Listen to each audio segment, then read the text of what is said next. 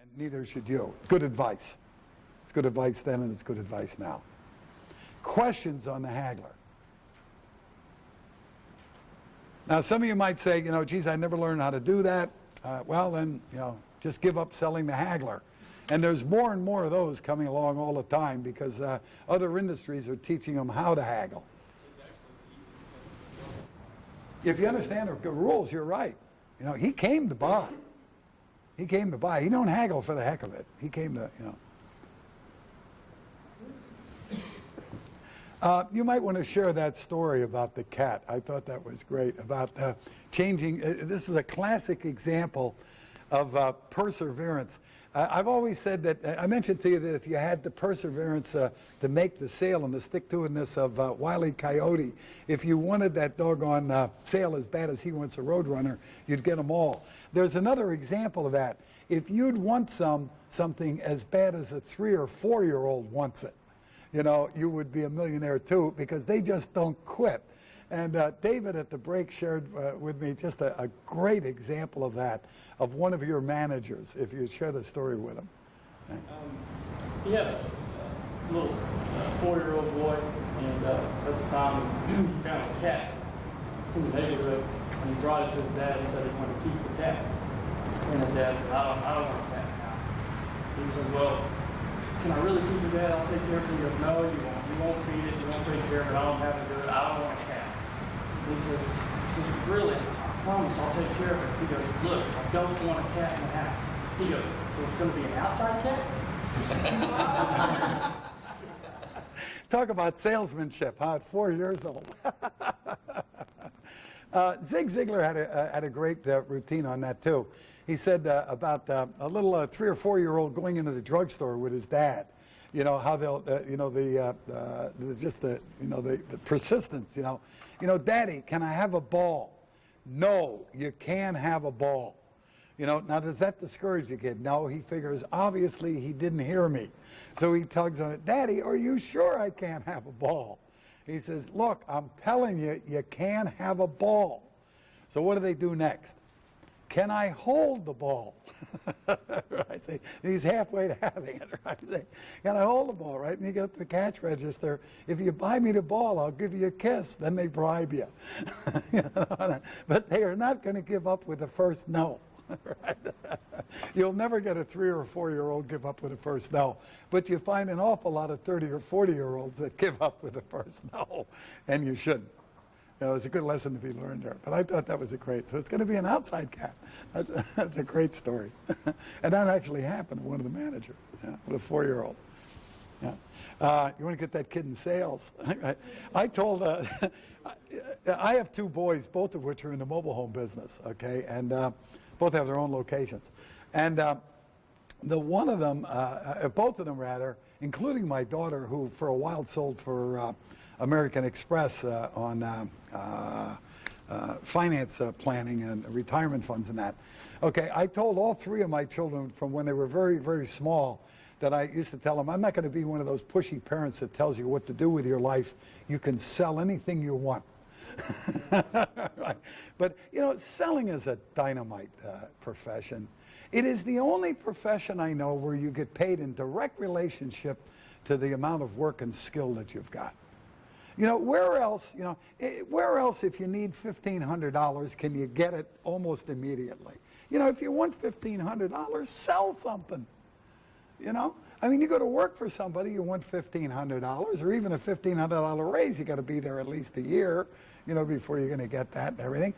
My daughter worked for IBM for a while. You couldn't go in and say, hey, I need an extra $1,500 this week. You know what they're going to say, ha, ha, ha, But you need some more money, sell something. I love it. I love it. There's no other profession in the world that allows you to do that. It's a great way to make a living if you've got the stomach and the courage for it.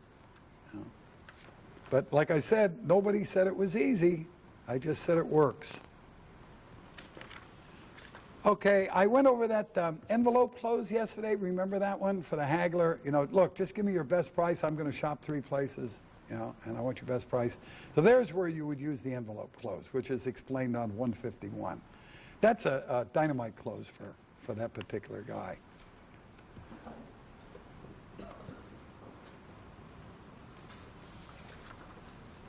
Okay, price is the only concern with a guy.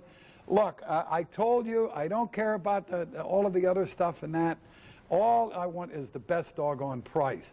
You might point out to somebody that there are really 3 ways that they've got to judge the price of something. And I put this together for the RV industry a number of years ago, and this works well. You've got 3 different areas that you pay for a home. Number 1 is the initial investment, okay, and that's what we're talking about here, the cost of my home. Then the long-term cost of that home is the utilities, the maintenance, the repairs, the pleasure that it gives you, and I spell all of these out, you know.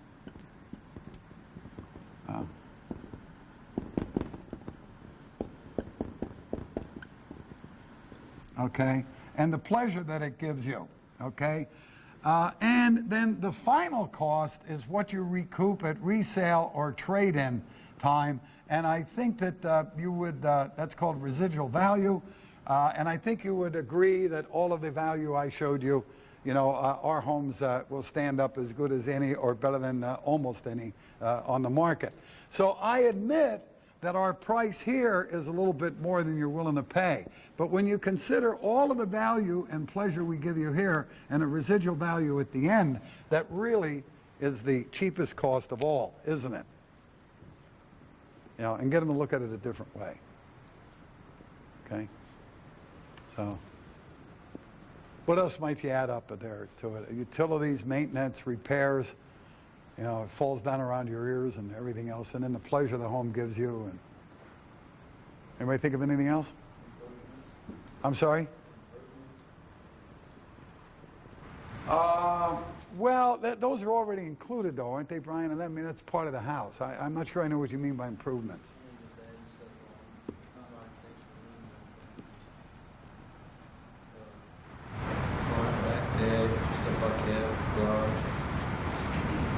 Okay, but that would be in your total cost, wouldn't it?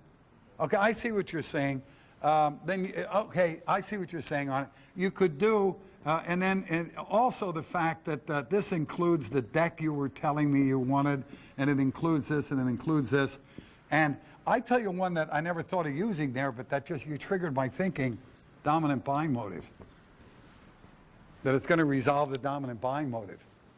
You know, and that should be in there too. Plus the major things he told you he wanted. And that's what you had in mind there. Okay, list that on the bottom side of the line. Yeah, very good. You know. So when you take all of this into consideration, the residual value at the end, the little extra that you put in the home up front is the best investment of all, isn't it? Come on, let's make it yours. You know you want it. All right?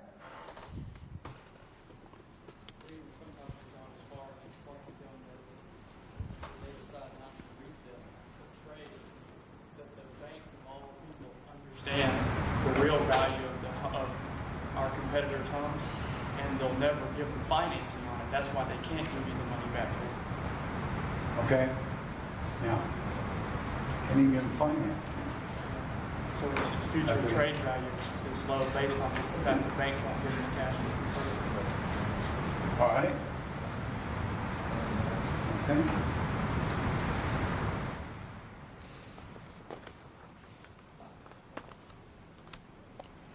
Okay, let's go through this one at a time the way I have it in the book here. Next one, the other dealer offers lower down money by cheating. You know, look, I bring in a can of paint and I'll give you $2,000 allowance or something like that. Does anybody know what the penalty is for lying on a bank contract? Well, that was one thing that'll happen, but there's also a prison term and a fine, both federal and in Texas. You've got one in Texas, too. I forget what the Texas one is. Pardon? No, it's if you lie on a bank contract, the federal is $5,000 or 2 years in jail. And they changed the Texas one? They changed the federal one. Oh, they did? What is it now? $3 million in 30 $3 million in 30 years. years to lie on a bank contract? Warnings show that we have posted on the wall. Whoa. Was unaware that they had changed that. Wow. Okay. Yeah, and you've got that. Do you have a copy of that? What? Okay. And then the Texas one, I think it's a year or two in jail for Texas. Yeah. Okay. The way that I would close that particular guy, incidentally, if you've got your name tags in the book, I'd appreciate it if you'd set them on the table for me. I'm terrible at names and remembering them even after 3 days. Okay. Some I do and some I don't. Charles says to me, well, the guy down the street said that I didn't have to come up with 5%. He could work something out.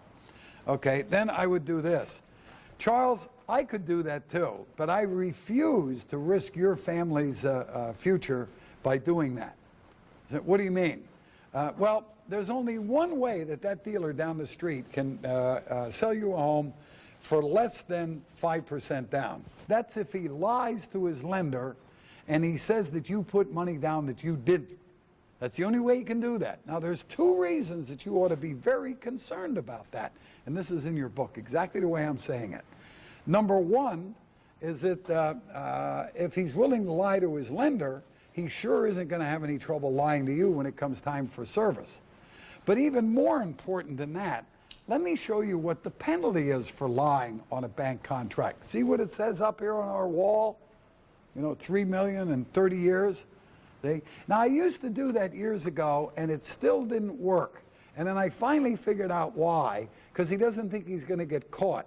So here's what you do to get over that. Now, I know what you're thinking. What are the odds on getting caught? Okay? And you're right. You're not going to turn yourself in. He's not going to turn himself in. But how about a secretary up there, a serviceman or a salesperson who 2, 7, 8 years from now gets fired, decides to get back at him and turns everybody in? See, he doesn't have to worry. He's not the one that's going to jail. You're the one that's going to jail. I don't know about you. I wouldn't want to be looking over my shoulder to see if a Texas sheriff is coming for me for the next 30 years. And Mrs., I don't think you and the kids want to live that way either, do you? And you got to throw the fear of God into them. Now, let me tell you that the guy I'm concerned there, I am not really concerned about the guy that does not have any down money at all. I mean, I've gone through the money finder list. He doesn't have a buy for. You know, there's no way in the world I can put him together. That guy down the street, by selling him and lying to the lender, is not taking a sale away from you, because you wouldn't sell that guy anyway. What he is doing, he's putting a deal together that shouldn't be put together. And you got to keep your head on straight. What I'm worried about here is the guy that has the down money but doesn't want to give it to me, Pat, because the jerk down the street said he didn't have to. That's the guy I don't want to lose. Hey? You're not going to put the other guy together anyway. Let him go down and get him caught earlier. Now, if the good guy still buys off of him, you know, then when you call him up and say to him, Charles, you know, I wish you good luck with a home. I'm sorry that we couldn't put something together. Oh, incidentally, how would you like to get free service for the next 30 years off that dealer? Okay? And then you say, what do you mean? Well, let me explain how to do that. And if you forget, call me and I'll tell you again. Okay? Here's what you do. You call him up and you tell him that you just accidentally ran into your bank contract, a copy of it. And you notice for the first time that he lied to the lender and said that you put more down than that you put money down that you really didn't put down. And if he doesn't come out and fix that, you're going to call up the Attorney General of Texas and have him thrown in jail for 30 years. And, you know, see, I am not going to let that guy operate in my backyard with impunity. You know, at least I'm going to put him out of business quicker. What I'll do is there are 450,000 people within a 30-mile radius of my son's location in Allentown. With 450,000 people, how many mobile home dealers do you think are in that market area? How many would you say? Josh? 15 to 20? There's 4. Okay? Call up the Yellow Pages and ask them, Allentown, Pennsylvania. 610 area code, and double check me. There's 4 of them. My son is one of them. right? And one of them is the guy he left a couple of months ago to open up his own location. At that point, there were only 3. Why? Because I ran the rest of the guys out years ago. Okay? You don't come in my backyard and lie, cheat, and steal and get away with it. I won't allow you to do that. Now, I don't know whether corporate would let you do this, but I'll tell you how I put them out of business. Every single time that we lose a sale to somebody, see, because discounters never take care of their customers. They don't make enough money to take care of their customers. They always cheat on the service. I've never seen a discounter that has a decent service reputation. So every time we lose a sale, if you lost a sale to a discounter, Josh, it was a requirement that you called that guy up every 15 days for 3 months. And I just ask him how he's doing.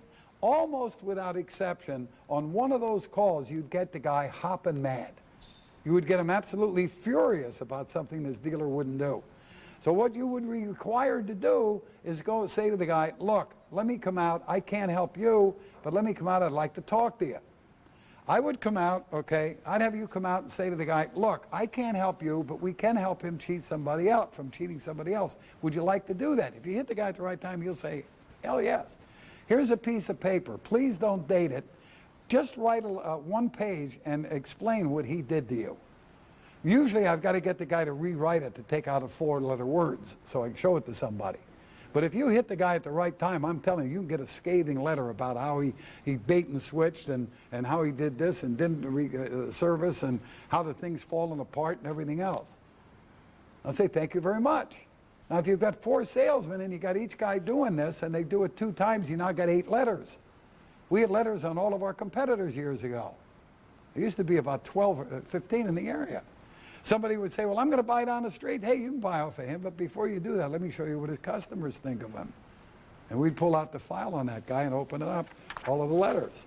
Put the phone next to him and say, here, Charles, call him. There's his phone number on the bottom, because I used to ask the guy, do you mind if we have somebody call you? We explain it to him. Hey? You just tell them to call me. I'll tell you. Put your phone number on the bottom. They do it. We just put the phone on. I've never had anybody pick up the phone, but the fact that I offered the phone made it legitimate. Now, see, most of you won't go to the trouble of doing that. You're looking for, what you're doing is you're looking for a quick way to make money. There is no quick way to make money. If there was a quick way to make money, everybody would be doing it, and then it wouldn't make any money anymore. This is a lot of hard work. But, if each of you in the lot, would get a couple of letters, you make copies for everybody, all of a sudden, you've got a list of those. Right? I'm not letting those guys. See, I don't have that trouble in my area. I haven't had that trouble in my area for over 15 years. Right? They know that if they come in my area and start with my kid, I'm going to bat their brains out. While I was there, I'd get a copy of the bank agreement. I'd call the guy up. And I'd say, listen, I got copies of the bank agreement on Johnson, Harris, and McGillicuddy and Marion. And if I catch you discounting one more, I'm going to the state attorney and turn you in. And if you think I'm kidding, you try me on for size. Right? I'm not going to. See, that's the reason that we've got a lousy reputation. It's the reason that we're paying 17% interest for money.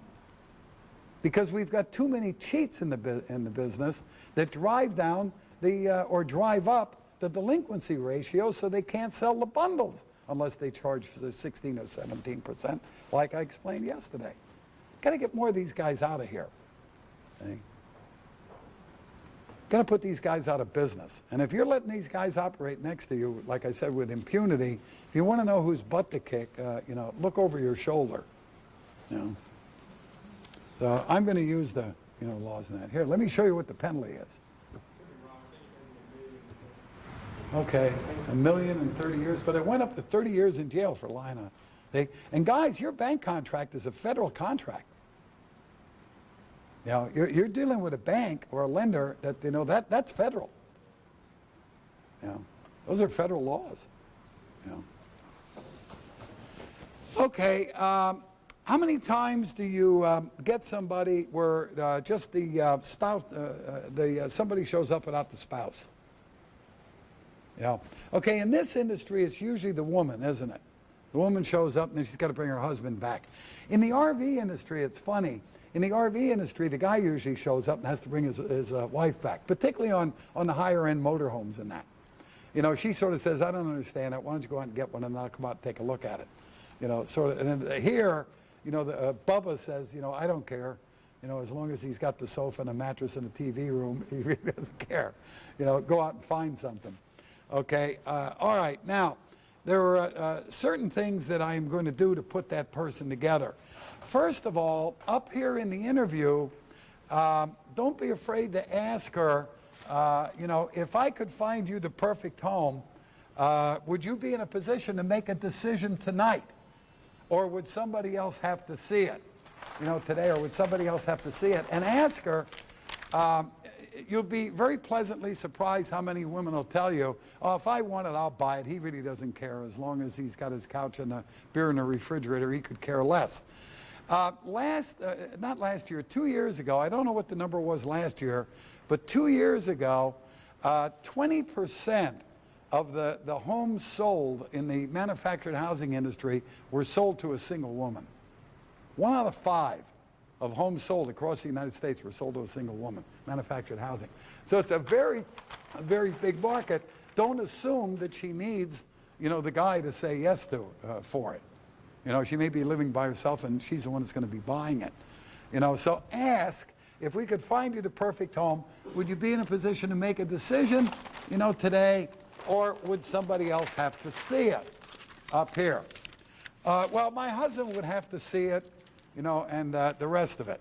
Okay, at that point, I go through the interview with her the same way I would if both of them were there.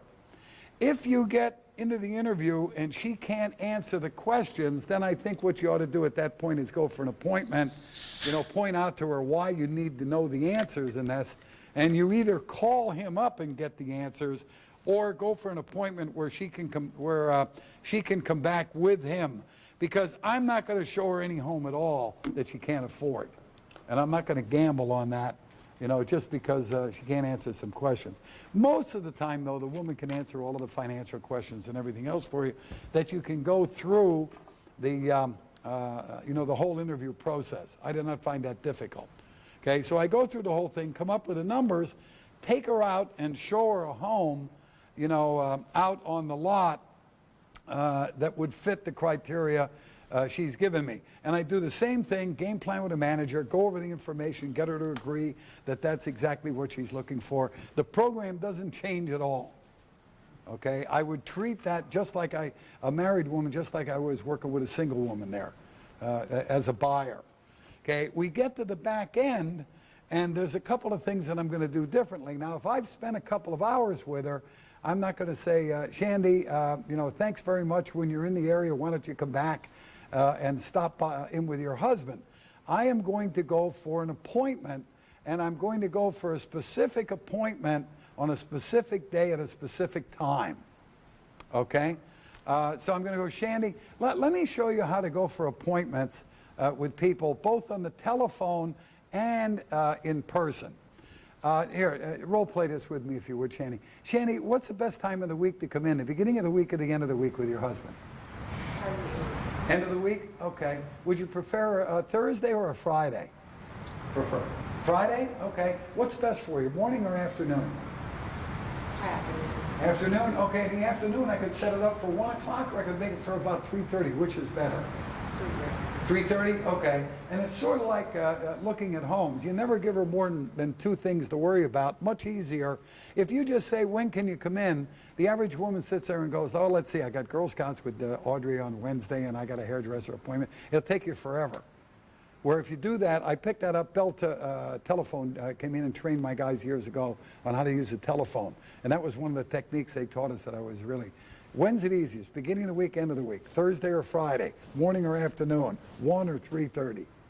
She might say, no, it would have to be about 4. No problem, I can juggle around. I'm putting it right here on my day timer, 4 o'clock.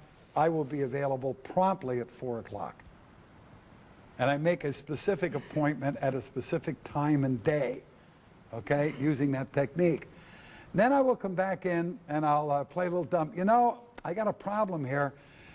I know we're only talking a week away, but you've picked one of my best homes, you know, and I have no control over the other consultants here. If somebody sells that home, You know, and I never know when the homes are going to sell. If we knew that, we could close the rest of the time. You know, so if it's sold, we've got to replace it. I know it's going to come in about another $5,000, and I really don't know how to protect you from that. And you play dumb like you didn't have an answer. Then you go, wait a minute, wait a minute. There is one way I could protect you from that. If you're serious about this home, now you are serious about this home, is that right?